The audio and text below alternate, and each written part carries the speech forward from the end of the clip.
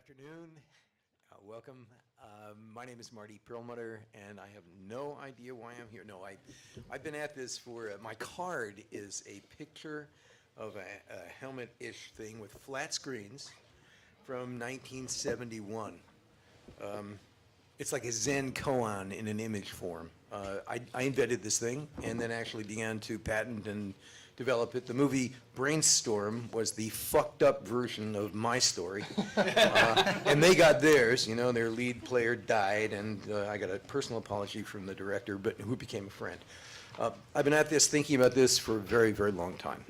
But the people you're going to meet today are way deeper in the blood and guts and the expenditures involved in doing this work. We're going to talk about VR out of home. All day today, we've been hearing about 3D. One of the questions I'd love the panel to deal with is, you know, for everybody's edification, is what's the difference between 360 video and immersive VR? And this, obviously, you know that, but some may not. We should talk about that. But all day long, the great aspiration has been 3D. Well, you have come to the right place, because we're not going to talk about 3D. We're going to talk about 4D. No, really. And several of the people on this panel are going to talk about products in the world that, you know, literally and figuratively shake your seat while you're looking at 3D.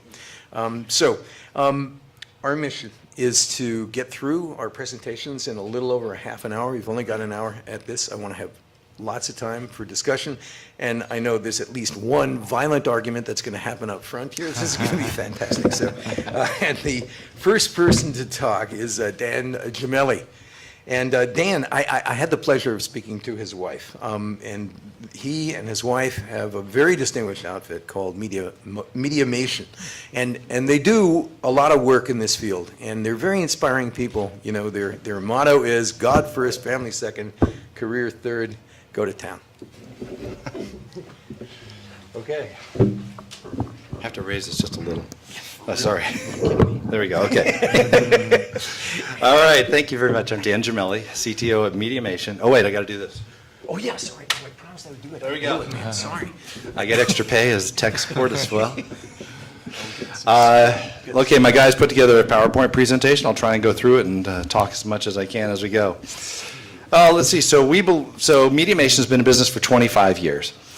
We've been involved in the theme park industry, the attractions industry. We got into the 4D industry as just a segue from what we were doing. And from there, it's been moving into what we call Immersive 4D or VR 4D. And that's one of the new things that we're pushing now in the attraction industry. Not so much in the cinema side just yet, but I think there are certainly applications for it going on, depending on how it really takes off, and if anybody in VR can come up with a standard. So I'll say that several times today, standards. Because we don't do content, we don't make headsets. So for us, getting VR out there is going to be very crucial to have something where it can go from one platform to the other, from one headset to the other. Otherwise, the industry is just going to fight and, you know, die unless Oculus just rolls over them. So, taking VR beyond the glasses, my guys made a nice little presentation. It's going to have a massive effect on society, we believe, in many ways. The creation of the VR content is going to be key, just as it is with cinema, just as it is with 3D or anything else. It's going to be the content creators that drive a lot of this, as well as the different types of interaction that we can do with it to make it more realistic and work with a lot of different things that people are doing. All right, let's see if it changes slides. Here we go. Good luck. Ooh, what's that? Nice fade, huh? So 25 years we've been doing, like I said, I did it out of order, so I'm sorry. We've been doing attractions. We've been doing interactive things. 3D, we were the first company to do 3D digital way back, you know, when they were like, what's HD? How do you do that from film? So we took care of all that stuff, and it's all been moving forward now to where we are all the way up to the VR world. This is our flagship product that Mediamation makes. So for us, it's called our MX4D seat with our new patented armrest on this picture here, which is too bright to see. Sorry. Oh, well. But it's got all kinds of effects in it. It's got it's got wind, it's got scent, it's got full motion that goes with it. And we've learned that, you know, when you're doing a motion simulation, you have to make sure that your motion matches what's on screen. And with VR, it's even more. You know, Oculus has the pucometer, and it's like you want to avoid that at all costs. So part of what we're doing is making sure that what we do matches what's on screen so you have an enjoyable experience. Right now there's a lot of novelty to VR, And as it takes off, that novelty certainly will wear out. But right now, we just have people coming in and they're just enjoying the heck out of it because it's something new and different. But adding that extra motion and immersion to it, we believe is where things can really go in the out-of-home market. Okay, let's see if I can do my next slide. Oh, okay, there we go. So we've been having good success with this. We've got systems that are roaming the world, going to South by Southwest, IDX, a bunch of different places, working with Discovery Channel, working with Gillette and some other advertisers that are just really, really getting into this. And people are just having the greatest time, and we think it's going to be great as far as how that goes. There's a roller coaster experience, there's skateboards, and all these little things just to get people started. But I think, again, the content is going to be the key that really gets things driving. As you can see, several different kinds of headsets that are going on here. And again, all incompatible, all don't work with each other, all don't work with the same system, so you have to set up each system independently, and that's going to be something that, if VR is going to take off, both the home and in the commercial space, I think that's going to have to change.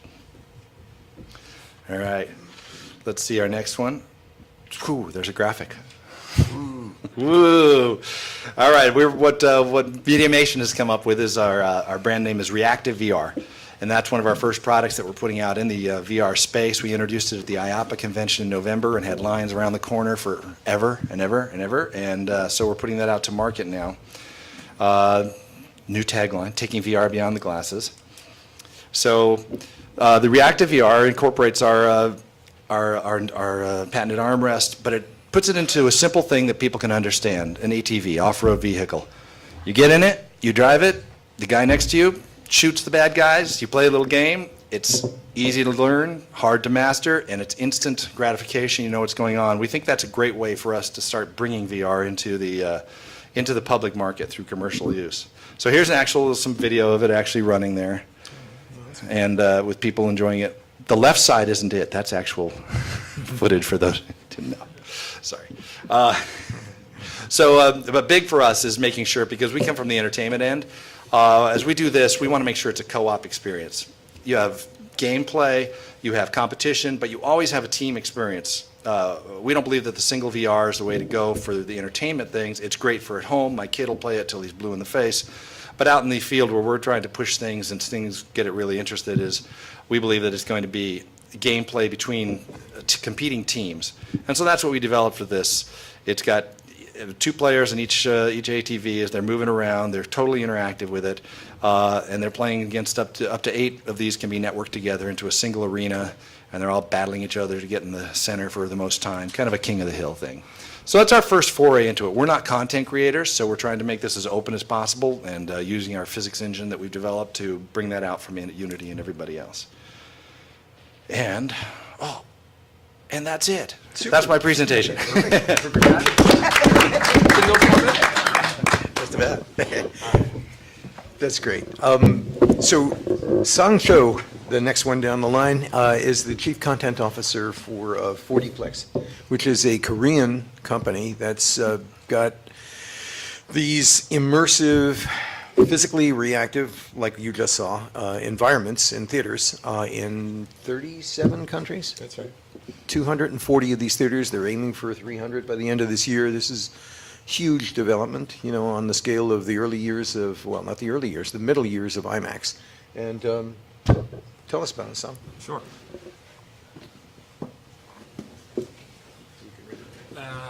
Just hit escape.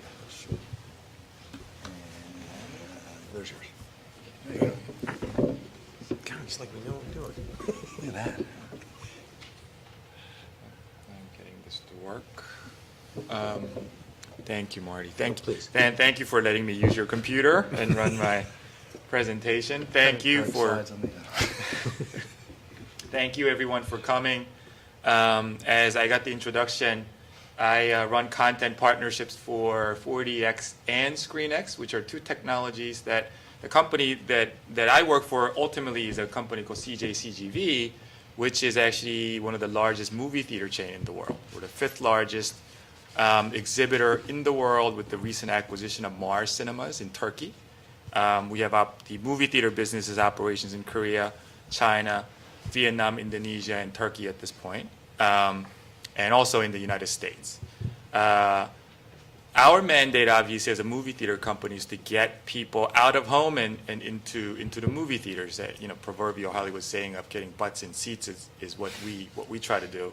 And in an effort to continue to develop and progress the exhibition environment, we've created a couple of technologies that are immersive in the movie theater, that analogous to VR but not quite VR. 4DX, similar to Mediamation, is film plus motion plus environmental effects that gives you the feeling of being inside the picture. And the other thing I have to thank Dan for. Dan's presentation showed all the things that these things do, so I don't have to run a different video other than to show you the footprint that we have, which is 37 territories, 230 screens or 30 sites in all over the world, targeting actually 200 more locations by end of this year, including a large expansion into what's a largely untapped market, which is North America. So we've just signed a deal to start expanding into Regal cinemas and Cineplex in Canada, and talking to other major exhibitor chains here as well. And this has been around now 5 years. And in terms of, we talk about content for VR for this format, because we play existing movies and just put the additive experience around it.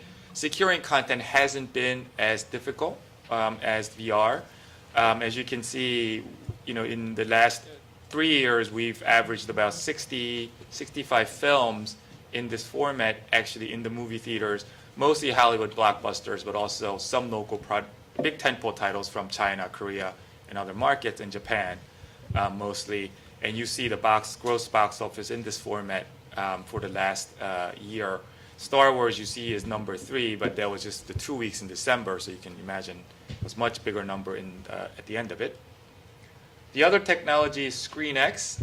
It's the first 270-degree sort of immersive visual technology. If you can imagine, this is your typical movie theater. You walk in, what we do is you have, again, your regular movie in the front, but we project onto the side of the walls all the way to the back of the auditorium. So imagine this room just enveloped in picture, but it looks like a regular room when the pictures are out. That's what ScreenX is. Again, we have a fairly decent footprint already in Asia, both in China and Korea, mostly in Korea, with major expansion plans into China this year with Wanda, hoping to double our screen count from about 100 in 2016 to about 270, almost 300 by end of 2017, and as you can see, 1,000 screens by 2020, which would make it comparable to where IMAX is right now, basically.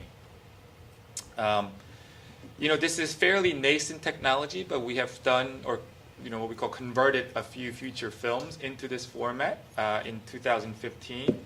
A few Korean films and one Chinese, basically 2 of the biggest movies in Korea and Chinese markets during Christmas season were converted into this format and shown in our auditoriums, along with a couple of specialty or alternative content, concert films.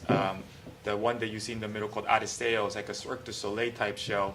And what's notable about that piece of content is that we actually created a special camera rig that shoots 3 sides, and it's not done in post-conversion, but it's shot in this format. So the picture, you really do feel like you're in the ring of the circus running with the horses when you see this film. That's the end of my presentation. Again, our mandate is all about getting people into the movie theaters and create a better experience so that they keep on coming back to see content out of their home. Thank you.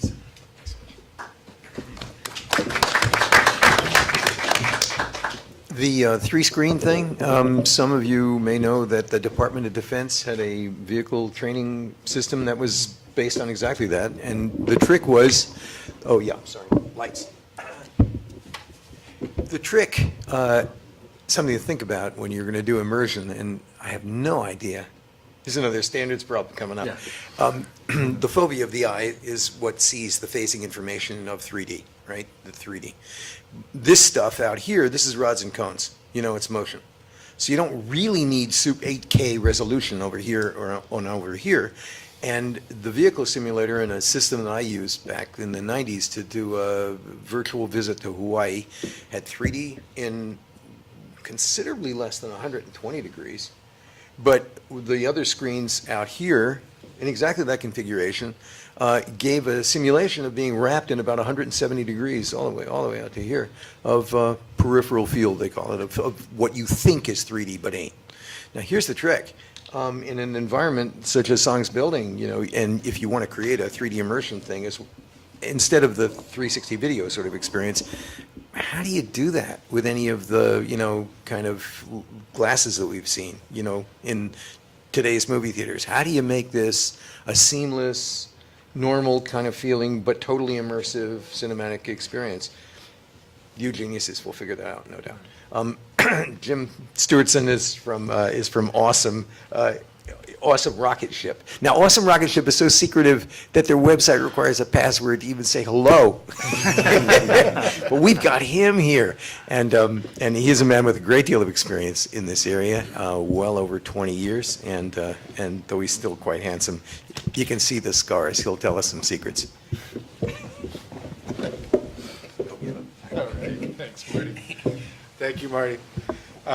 So I haven't been around VR quite as long as Marty has, but my first VR company was in 1995. So I've seen this movie before, and I want to tell you a little bit of a story. In 2000, after I was nearing the end of my first VR company, and it was nearing the end of a lot of companies, if you recall, I was at a VR conference, and a guy got up there, and he looked out and he said, "How many of you are invested in VR?" So, how many of you are invested in VR? He said, "I see dead people."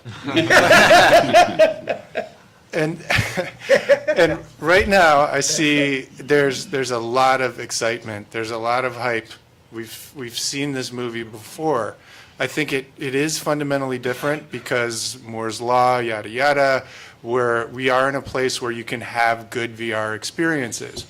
The issue is that the market and the companies that are out there are acting like there are going to be oculi in tens of millions of homes anytime in the near future. And that's just ridiculous. I'm sorry. It's just not going to happen anytime in the next several years, at best. So what we're focused on is taking all of the amazing investment, all of the amazing content companies, all of the work that's gone into this new revolution, and we're trying to create a revenue stream and distribution for it that doesn't rely on the idea that somebody has to take a big chance on a $1,200 PC and a $600 HMD and hope that there's content that they care about. So we're building a distribution network, a physical distribution network across many different kinds of venues, movie theaters, shopping malls, real estate agents. I don't know how many of you have bought a house before, but the worst experience in the world is sitting in a car for 5 days, going from shithole to shithole that you're never going to live in. If you can sit down in a VR rig for 30 minutes, you've saved yourself an entire week, and the real estate agent, right? The problem is that real estate agents and VR are not typically a good combination. So what we're doing are building the system and the service that we can put in many, many different places so that VR becomes available to a lot more people with a lot less risk. So I'm just going to leave it there for now, but happy to talk more.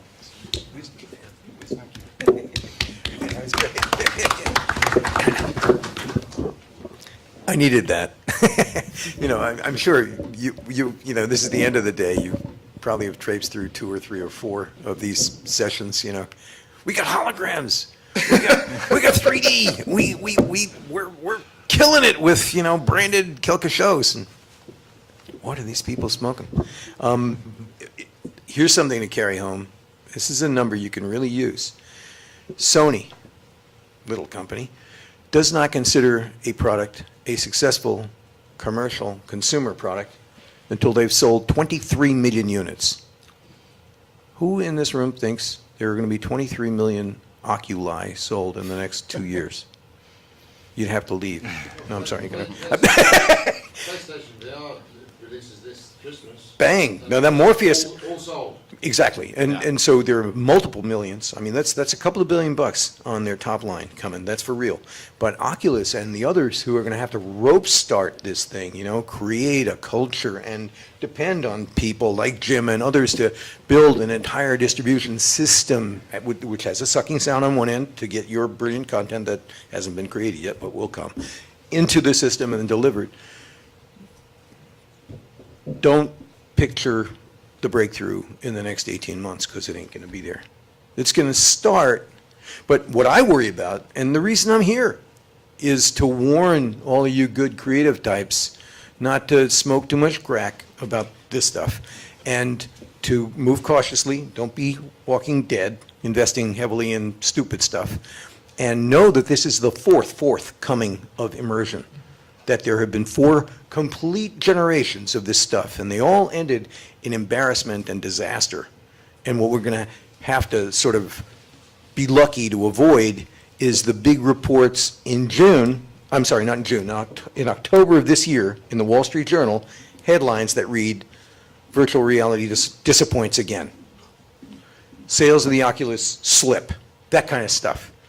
Our job on the content, the reason to buy this stuff side is to make, or to try to figure out how to make, and to create the language and the methodologies and the semiotics that will make content that'll merit me going out to buy a $600 apparatus in a couple of years, or maybe get a HoloLens, or I don't know what. There's nothing to compel that today. But these are people who are looking at beyond the world of the HMDs, the face suckers, as I like to call them. I invented one. I should love it, but I don't.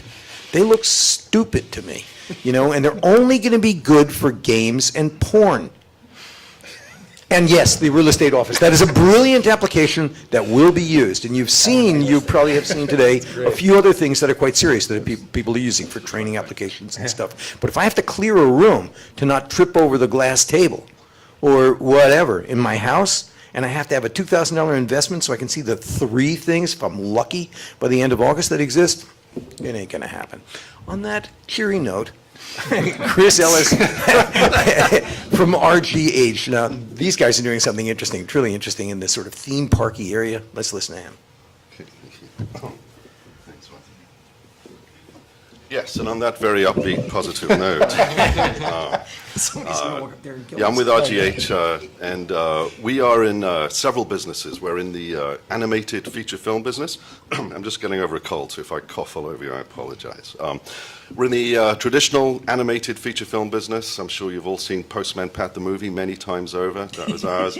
And we're making one right now with Paul McCartney and Lady Gaga, and it's just the sort of a traditional animated feature film business. The other part of our business is we're in the themed attraction business, where we design theme parks, next generation museums, and family entertainment centers, and we do those around the world. We're working on projects right now in Saudi Arabia, which is a cultural, interesting cultural experience, let me put it that way. If I had to sum up what we did all in one word, I would say we're in the experience design business. And that in many ways makes us system agnostic. The great thing about the attraction business right now is it's a business that doesn't really need saving. So we don't have to look for, is this going to save us? Is this going to save us? The business is doing just fine. So we look at something like virtual reality and we see all the excitement about it in the development world and also in the public. And we have to ask ourselves, what role could this play in what we're interested in doing? To be honest, we don't know. There's like we're trying to see through the fog right now as to what could this be as the technology advances. But I'm pretty sure about 3 things about it.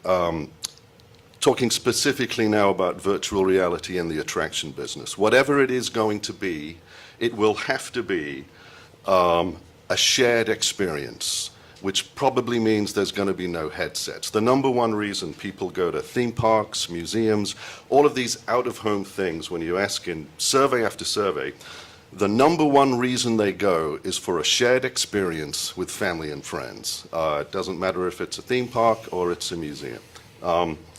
So our belief is that the first thing it's going to have to be is a shared experience, which probably means there will be no headsets involved. The second thing it's going to have to be is an excellent storytelling medium. However it's configured, it has to be an excellent storytelling medium. And the reason is because we've already got excellent storytelling mediums, so why should we throw one of those overboard for a less than excellent storytelling medium? And the third thing it's going to have to be is robust in its operation, because the kind of things we make, they have to turn 10 times an hour, 4 times an hour. Nothing worse than walking up and saying, this is out of order, this is down for maintenance. Because after a while, the large financial investment that went into that, you start losing your return on it. So those three things, I think, are going to define the way what we think of now as virtual reality finds its way into the attraction business. It's going to be shared experience, it's going to be robust in its storytelling, and it's going to be robust in its operation. And other than that, I think that's a cheerier prospect. I feel better.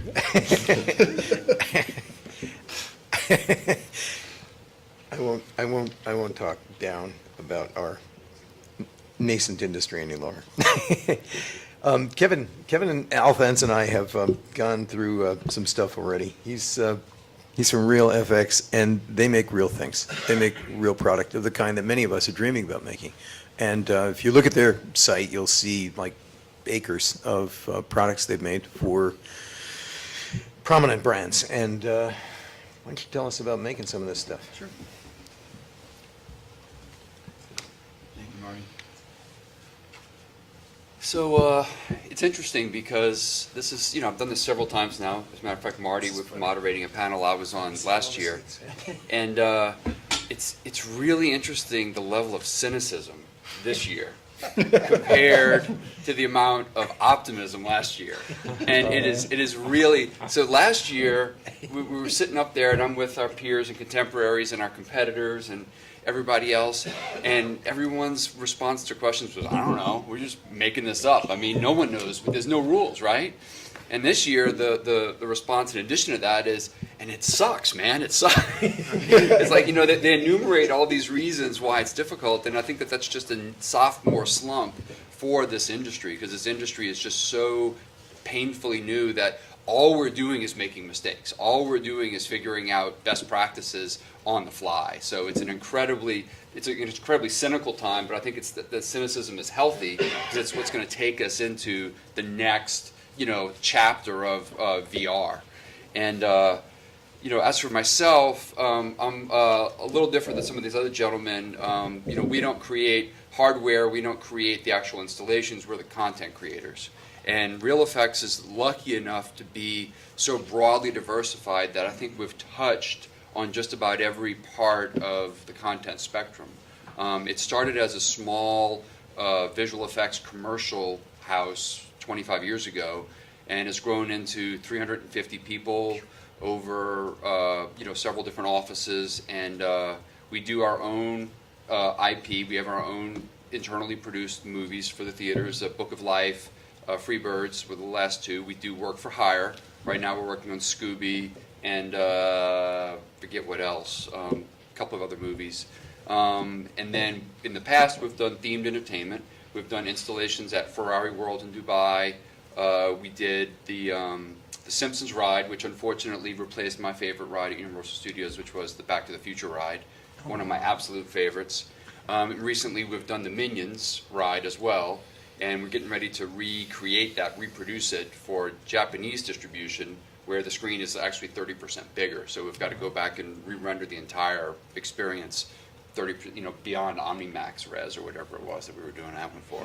So, and then on top of all that is the VR component. And, we were very early into that VR space. Some of our senior management were early, Kickstarter funders of, Paul Malucky's technology. And so we jumped in feet first, and we've been making content for well over 2 years for brands and, advertisers. And so I personally have probably shot about 20 plus VR projects, a healthy mix between live action and full on CG, in addition to the real time rendered stuff. So anyway, so I can answer any questions about that. Awesome. Thank you, Mark.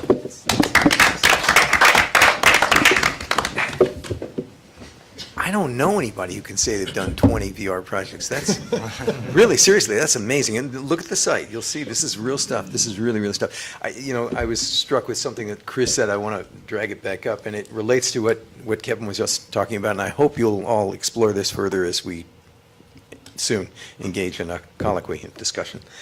Storytelling in VR, all day long, everywhere you go. The one thing we all agree on is content's going to drive this industry, right? Have any of you looked at the profile of investment so far?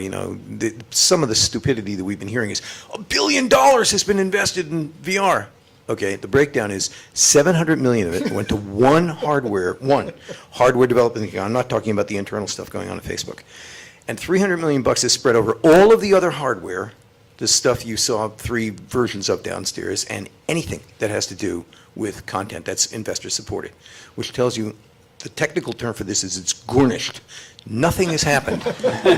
Nothing has happened in the content area in terms of support. But and then the other thing they tell us is, okay, so the content is going to sell it. There's no money in the content at all to drive this thing. There's many, many billions of dollars that have already been invested in the hardware that's coming, except for Morpheus, which has got a captive platform. It's got PlayStation behind it. So then they tell us, and it's the story, right? And we go into all these sessions, right? The people who are sitting up here, usually, none of my people are that dumb. It's the story. And then, here's the thing. I saw a really provocative piece just in the last few days. Why is it one piece that was entitled, Why VR? That's kind of deep. But it's something that you should ask yourself. If you're ever in any of the client situations these people are in, when they talk to somebody about some massive thing, when Song talks to his directors in Korea about what they're going to do in those hundreds of theaters they're building, these basically supplanting IMAX for really immersive experience, justify it, you've got to deal with, the why VR question. And all of you at the $50,000 and $500,000 level are going to deal with the same exact thing, justifying the investment of time and effort and energy and years of your life in doing this stuff. None of it's going to be easy, especially since none of us in this room could define, to the satisfaction of anybody else in the room, what the word presence, agency, embodiment, or immersion mean. We don't know what we're talking about, except we're all excited about it. So here's the last thing I'm going to leave you with, and I'm going to shut up for the rest of the night. And this is storytelling. Okay, so think about this. Storytelling, of course, is a temporal thing. It's something that happened through time, and it happened. Yesterday, when I went to the mall, there was this idiot who was lying on the ground. It's about something that happened then. And I've thought about this a lot because I've had to do a lot of it over the years, the decades. But think about this. How do you do compelling storytelling in this nanosecond? Whoops, now this one. Whoop, this one, right now. Because that's what the VR thing bids to be. We're going to put you in the space. You're going to be embodied in the space. You're going to have agency in the space. You're going to do things that are going to change the space. You might see parts of your body in the space. How do we tell stories about the present when we've never done that for the first $150,000 years of the species evolution? How do we do that? I don't know. But I'm going to ask Michael down there to come up and talk about what he's doing at his Ultra Labs, and maybe he'll explain it for us. Wow, way to put me on the spot there. Good luck. All right, let's see if I can get this to work. These people are all going to go home depressed. I was trying to give them something. She's on the other side. Sunny, how do I do this? Should flip over there. Oh, I see something's going on. Ah, there we go. Flip us to that. Just yeah. That's the same There planet. we go. Yeah, I noticed that. I was like, using the same stock imagery. Still the same clipboard. So I'm usually the cynic in the room, so now I'll try to take the opposite approach, and I'll be really freaking positive. So I used to run a company called IMAX Labs, which was the innovation arm of IMAX Corporation. We were focused on immersive entertainment and technology in new areas. And now I started and run a new company. It's a startup studio where we develop ventures in the immersive technology and virtual reality space. And it's called Ultra Labs. So I will skip through this really quickly in the interest of time. Just give you a couple of examples of what we're doing. Obviously, this panel is all about out-of-home entertainment, out-of-home experiences, so I'll focus more on the venue-based side of things. But our lab has 5 different areas of focus, everything from venue-based experiences to original content to enabling technologies, digital media, and consumer products or consumer electronics. So I just wanted to highlight an example of a virtual experience in the out-of-home space. Doesn't require a headset. It's something that we developed at IMAX Labs and launched last week. And it's called IMAX Shift. And basically, as you could probably tell from the image, it is a virtual fitness experience. So if you're familiar with SoulCycle or Flywheel, they have these super compelling group cycling experiences. It's energetic, it's high intensity. We've taken that experience to the next level by including IMAX visuals, IMAX sound. The whole experience is gamified and interactive, so we can take data off the bikes and visualize it on the screen and so on and so forth. So it could be everything from live action content to CG worlds to space and so on and so forth. So this is just an example of one of the areas where we're taking the notion of transporting a group of people in a social environment to a virtual realm, and it doesn't require a headset. Obviously, there's been a lot of discussion, and I'll get to some of the challenges in a second, about the difficulties associated with head-mounted displays right now. And I personally believe that the form factor for head-mounted displays right now is such that it's going to take a while for people to adopt, meaning not just adopting existing hardware, but the hardware needs to evolve to a point where it can be mass adopted. It's just too clunky and too difficult for most people to integrate into their everyday lives. We're also, just by way of example of some of the non-out-of-home experiences, we're focused on utility-based applications. So along the lines of what others have said about entertainment being a challenging use case in VR, because people don't want to wear the headsets for a sustained period of time, because there are issues still with latency and nausea and so on and so forth.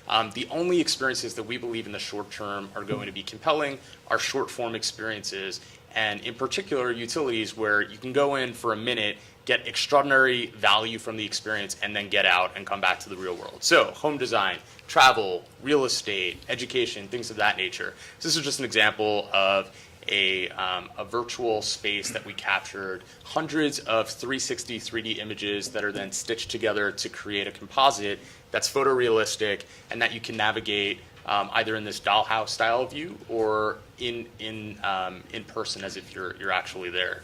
So we have a company called Rooms.com, which does home design stuff. We have a company called Real, which does virtual real estate tours and so on and so forth. I'll skip over this. We're developing a virtual city, which is probably a conversation for another day. So just to highlight some of the challenges that we face and I think the industry faces overall, and then we can have a broader conversation. One is with respect to user experience. I worked at IMAX years ago and was heavily involved in the rollout of 3D TV, and we learned a lot from that experience. The content, the hardware, the entire experience actually was pretty good. We had some IMAX content that we put on Samsung displays, Panasonic displays. It was super immersive, super 3D, super high res, and nobody wanted to watch. And the reason is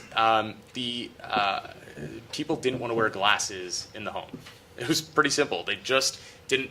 It was something that disrupted the flow of their everyday lives. And I think the headgear and the form factors that exist today will suffer, similar problems. People have talked about tech standards, so I'll skip over that. user adoption. And then the last is a lot of what we're doing is out-of-home based. We're working on a nightclub, a virtual space where people can come together and experience a different world, a sports bar that's similarly immersive and transportive, and some other experiences. Capital requirements for those kinds of experiences relative to software where VCs like to put their money, it's low cost and high scale potential. Some of these brick and mortar physical spaces are very difficult to sell into investors. So that is a challenge that we face, and I think a lot of others will face as we think about how to take virtual reality into the out-of-home world. Beautiful. Well done.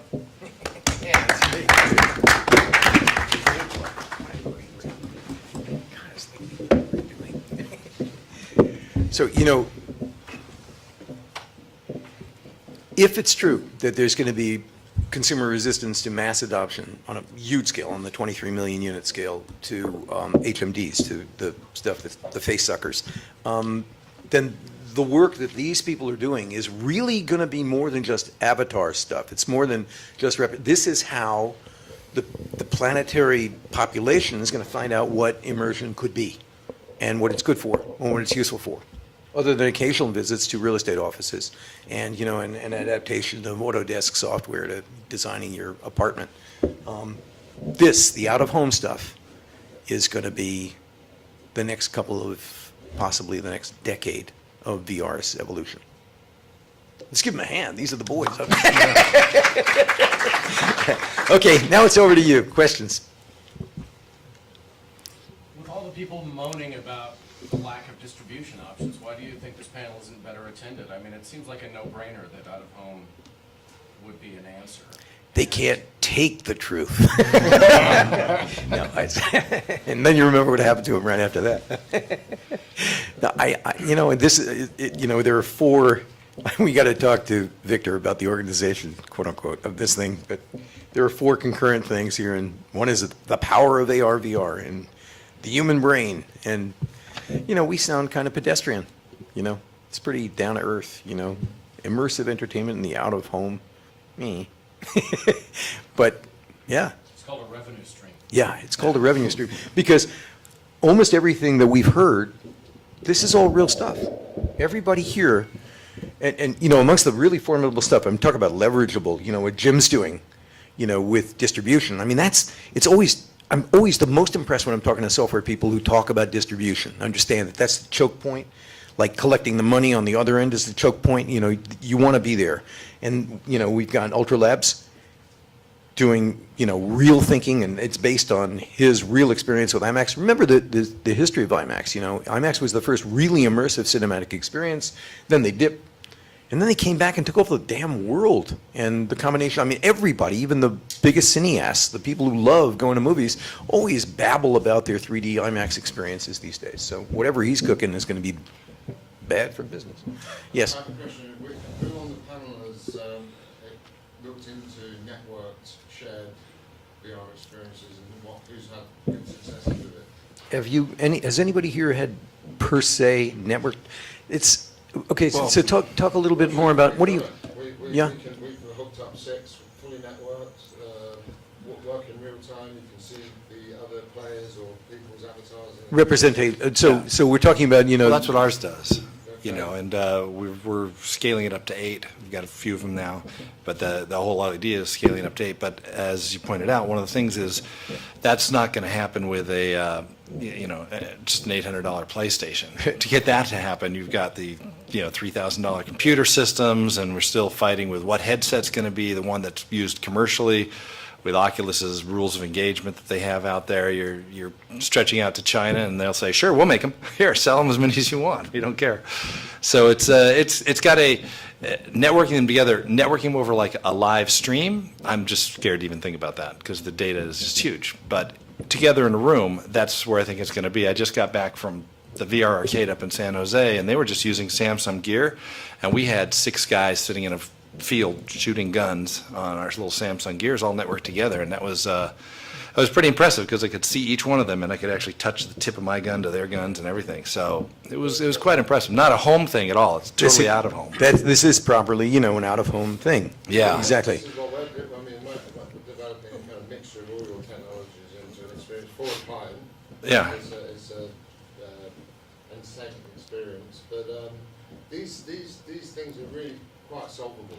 Actually, it's just they're not massive hurdles to get across. You mean to do network stuff? The problem in America, as you know, is bandwidth is a choke point all over the place. Plus, the carriers I'm talking just doing local. Yeah, yeah. Six Oh, yeah. 6 DK2s. Yeah. And using Unity to get them to all speak to each other. Yeah, that's a solvable problem. So that they all see the same thing at the same time, and reactive dynamic data. Yeah. With mechatronics as well. Yeah. It's, you guys have got 10 times more resources than we've got to do that. I got $20. I'll just talk 10 times. Like I said, 10 And I got a $2 bill. just briefly. We've been doing some remote testing. In fact, at IMAX Labs, we developed with Oculus a virtual IMAX theater. So it was a movie theater experience where we would have a virtual CG theater and then live action 3D rendered film. So it really looked and felt like you were in an IMAX theater. And so we were doing some tests in terms of integrating social features so that you could attend a movie with your friends. So not quite interactive games, but still the sense of community in a virtual environment. I'll just characterize that as ongoing testing. Yeah, cool. A really important thing that we heard, that was pointed out, Mike pointed it out, and you've heard of this kind of a leitmotif, a theme all through this. Social, real social, seeing your compatriots, in some form. I'm not at all sure that an avatar replaces that. You need to go into the, network thing. Virtuality offered the thing back in the day, with your humans, play against your avatars, come back to your humans. That's a minimum. And it's more likely that people are going to require some kind of really clear view of the folks they're with. And that's going to imply an utterly different, human factors experience as far as this goes. Immersion, for sure, starting with IMAX and now, songs wrap around walls and beyond. Also, we haven't talked about, but there's some of you know about these super high resolution things that people have been experimenting with. Does anybody remember ShowScan back in the... Doug Trumbull. Doug Trumbull. So this was 70 millimeter, 60 frames a second. And the effect, when it was shown in Las Vegas and it was up as a exhibit, and I know Chris must know this intimately because it's exactly in your wheelhouse, was unnervingly 3D. And now there's somebody walking around with a 120 frame system, and the impact is you don't need any glasses. You get some kind of information comes through, some phasing and other information, not just color and detail. Yes, sir. Just to say, Ang Lee is shooting his current movie at 4K, 120 frames a second, and in stereo. But it's a little bit of work with them. And did you have any experience of seeing? Well, interestingly, at NAD, someone asked him about VR because this is a very realistic experience. Yes.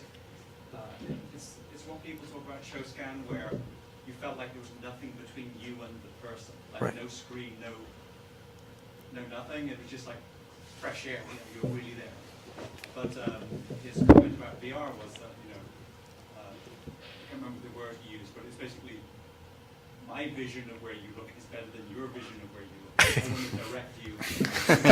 Well, that's the other problem that has been. It's a remarkable visual image, and it terrified the makeup artist. I think. Oh, yeah, absolutely.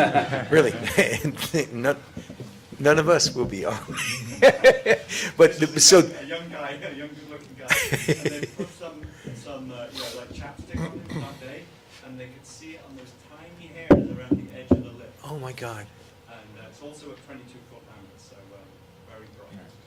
But a remarkable image. Brightness, resolution, color. Is his intent to project it at 120 as well? Yeah, I That's think. his intent. I'm not sure what Sony's intent is. Available in 2 movie theaters. I think regular theaters could go up to 60 frames a second at 4K 3D, but it's very kind of custom to do the 120 right now. Yeah, I'm curious to see what happens with that because when they did The Hobbit at 60, people kind of, yeah. The Hobbit was 48. Right? 48, I'm sorry, 48, yeah. That was part of the issue. Yeah. It wasn't fast enough. So Yeah. it got to that video. Uncanny valley. That kind of, yeah. uncanny valley of videotape Yeah. versus film. I'd be It still curious. has some of that. I mean, it's a very unfamiliar experience when you're looking at it. It's So- remarkable and unsettling. Quantum leap wise, maybe there are entirely new ways of just displaying on planar surfaces, but giving us information that we will read as depth cues and other, stuff that we can't get now. I mean, to be honest, we all know that we're pretty much where movies were in 1904 with VR, right? Where they were trying to figure out the idea of, lenses and, cuts and what would a cut mean? Is that the end? Or, it means time. There's a jump. I get it. And a dissolve, and things like that. These were invented over the course of the 20 years between 1900 and 1920, and they didn't have sound. We at least have sound. Yes, sir. Color. Yeah, I'm interested in the liability issue as it's with these new platforms. That's good. I'm going to leave that to these guys. So do you think about that? Do you Well, worry about that? Yeah, I think Oculus came out and said, we've decided this is going to be a seated experience.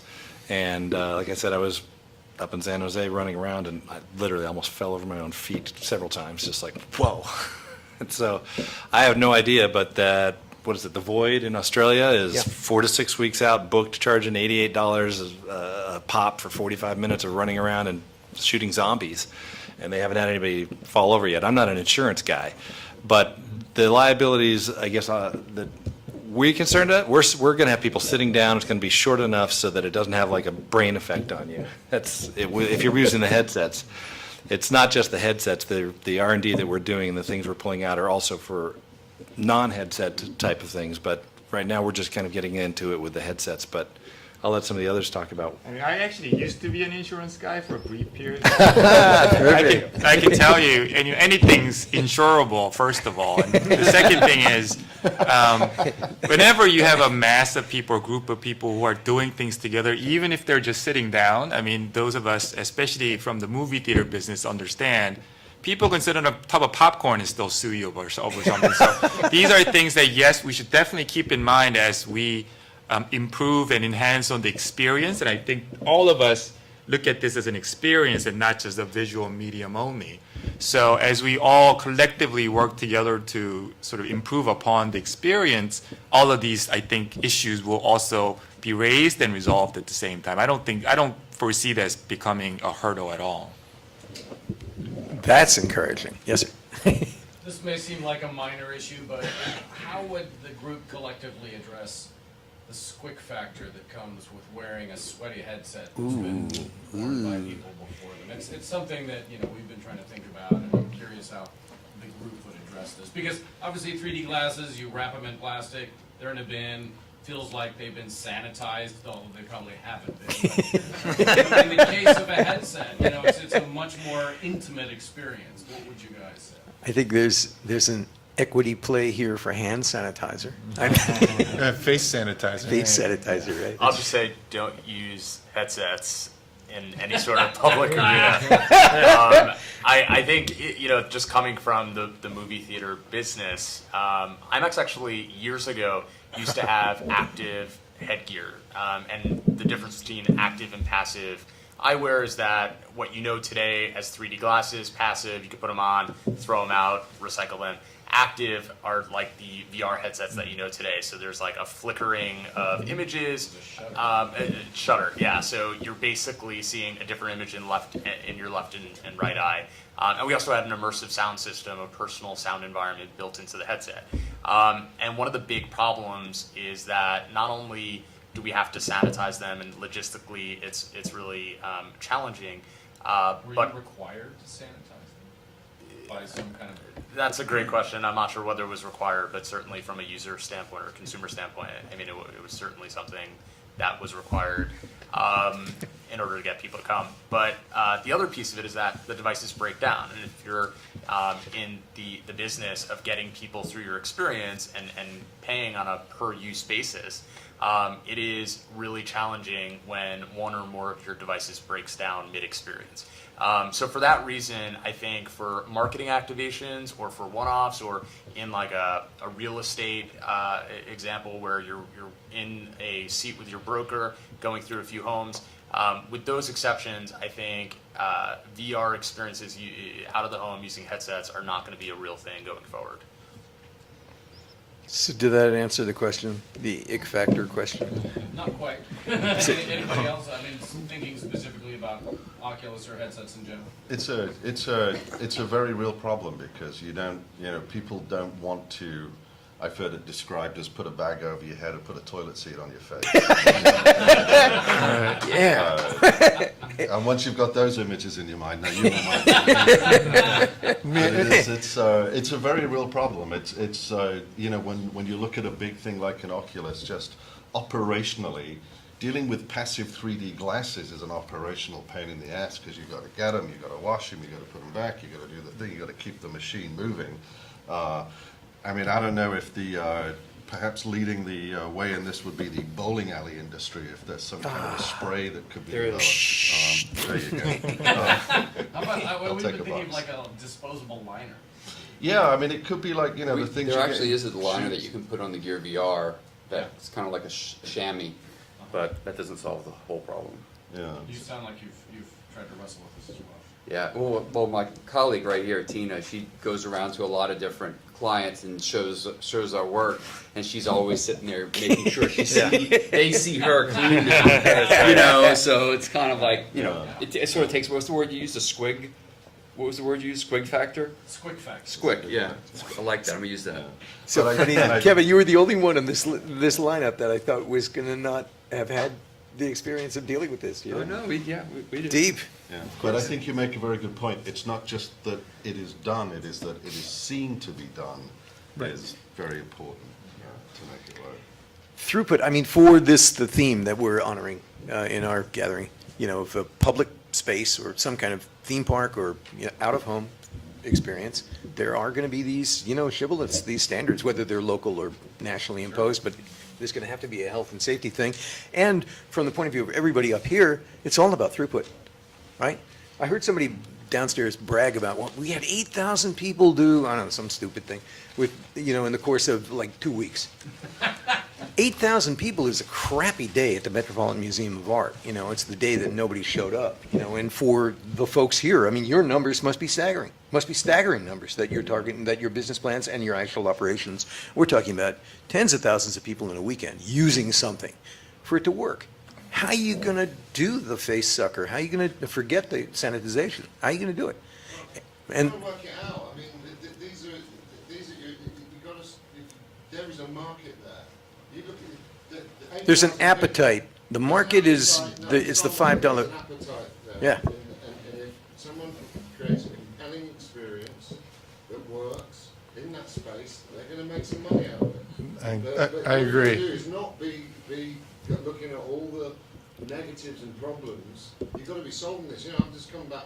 The difference in attitude with this whole conference that I've been at this last few days compared to one I've just come from in Silicon Valley, night and day. One is completely positive, looking at how to solve these problems. How do we solve these problems? Not these are all the problems, it's not going to work. It's how do we solve these problems to make it work? that's Silicon Valley, and also those are the people who have the billions invested, all around them. Small startups, so these- No. I'm not talking about them. All the small startups are totally dependent on, the big guys, on Facebook and beyond, on Google and Facebook. And that's where the solution in terms of whatever, Google is going to come up with sunglasses. They're going to do the smart version of Google Glass that doesn't piss people off and costs 1/3 of what Google Glass costs. That's what they're going to do. And they're going to probably have some kind of immersive wraparound thing too that's way cool. And Microsoft hasn't slowed down to do the silly stuff, the face sucker. They got the HoloLens and they got all kinds of ideas of things to do beyond that. Oculus, Zuck can be wrong and he can lose $5 billion and think it's funny, you know? And that's what the Silicon Valley guys I are have talking the about. opposite reaction than you. It is much more cynical now, and I'm really happy about that, honestly, because what it says to me is that people are actually doing stuff. They're starting to really, instead of just dream about it, instead of seeing a Oculus demo somewhere and thinking, oh my God, it's the future, they're trying to make money from it. They're trying to create projects, and they're running into a bunch of shitty problems, right? And so, to me, I think it's a good sign that we're hitting this what John Riccatello said was going to be the gap of disappointment once the hype bubble broke. I'm glad that we're hitting it now, and that it's not that we're not building the bubble even higher before people come to their I senses. think also, just to build on that, is that I'm just guessing that the entrepreneurs that you were talking to were innovation facing, whereas a lot of, I think, the people at this conference that are speaking are client facing. And Yeah. the clients are the ones who come to you and say, I want this, this, this, and this. And you're like, you can't.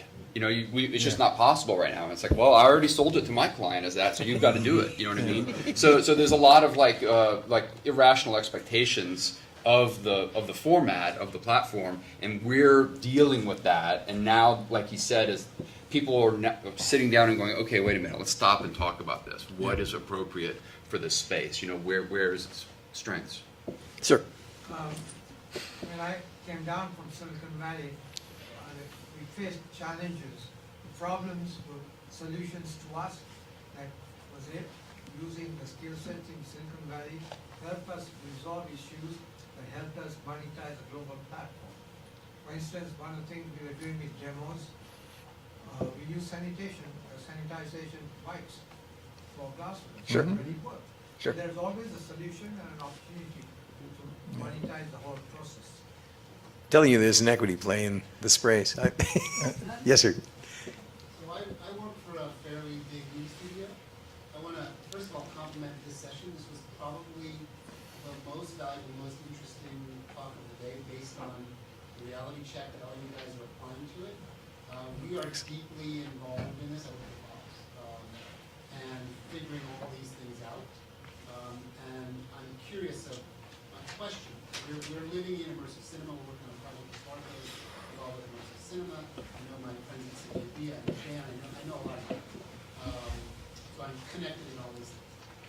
My question is, as you're starting to discuss the challenges of simulation, right, and building big simulators, which of course are done in one or two off theme parks because they cost hundreds of millions of dollars to deploy, and looking at a potentially different model for out-of-the-home entertainment using head-mounted displays. Given you spent the last 45 minutes talking about all the challenges, which of course are there and real, there's a balance between throughput and cost per human that gets to do it. And I'm curious if you have any thoughts on the location-based theatrical window or something that will eventually go into mass market homes once we cure, or if we cure all of these things. Let's everybody answer that.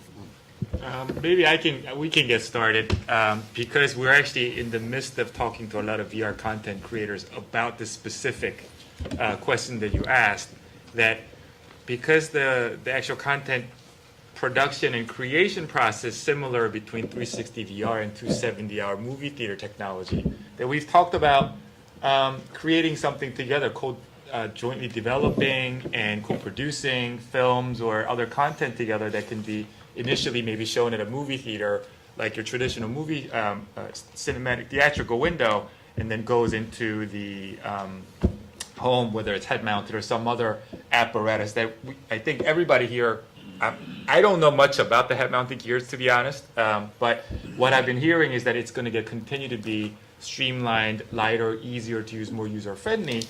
So eventually, if there is a bigger install base at home, then our content also has install base at home to go to another window. Because everybody knows in the theatrical business, your theatrical window, a lot of times, essentially marketing and publicity for all the sort of long tail revenues that come afterwards. So it is, for us too, it's important that we create a unique, immersive environment and content to draw people into the movie theaters, but also then be able to have creators in the studios also then be able to monetize the content through a longer term window. So we have a vested interest in continuing to better develop and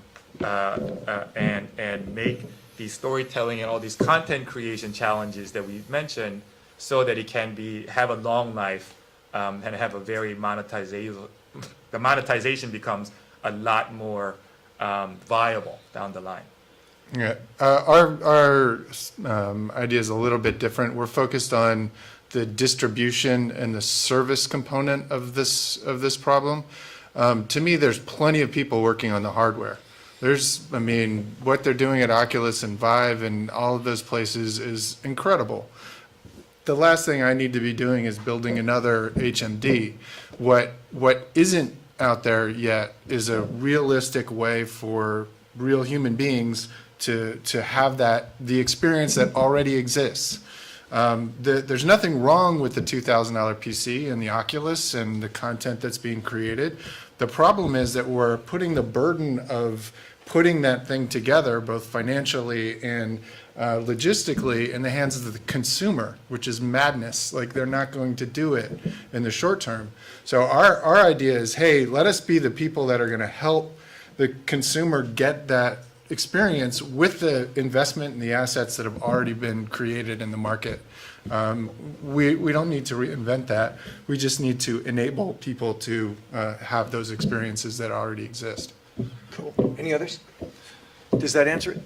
Well, does that address yeah, it? I'll chime in for a second too. The headsets will get better. They'll get lighter. Well, every technology is gone. They're better than yours from 1995, I'm sure. Somewhat better. We're hoping. 71. 71. Okay. If somebody had a magic headset now that just barely touched your head and projected into your eyeballs, we'd have the projector companies going crazy. Like, oh wait, I don't need a projector anymore in this room. Wow, what a great thing to be able to just sit in a small room and everybody enjoy the same movie. So where the technology goes has got a long ways to go. We have some very creative people, as you were saying, a lot of people working on hardware, and it's not like we're the first ones going, gee, this is big, yeah. Trust me, there's other people out there that are figuring out, oh, this is big, and I have $1 million. Let me make it smaller. So it will get better. It'll get more consumer. We're on the cutting edge right now, no doubt about it. It's the single user things at home. I think Sony's going to make a killing because their system is what, $800 total or something like that. Yeah. Every kid in the world's going to say, Mom and Dad, I need that. How can we use that in the commercial end? It's going to be a little more difficult. Same with any of the other headsets. So, yeah, at first it's going to be a little bulky. It's going to be a little challenging, but we'll get over the challenges, I think. And if something does come along and it is created into such a way that it really becomes mass use out in the out-of-home market, then it's going to be great. It's just you have to start somewhere. Yeah, I would add to, I don't know if this is answering your question or not, but I look at it from the point of view of like sort of being agnostic about the gear, so to speak. Audiences, they don't really care how you do it. In fact, they'd rather not know how you're doing it. Exactly.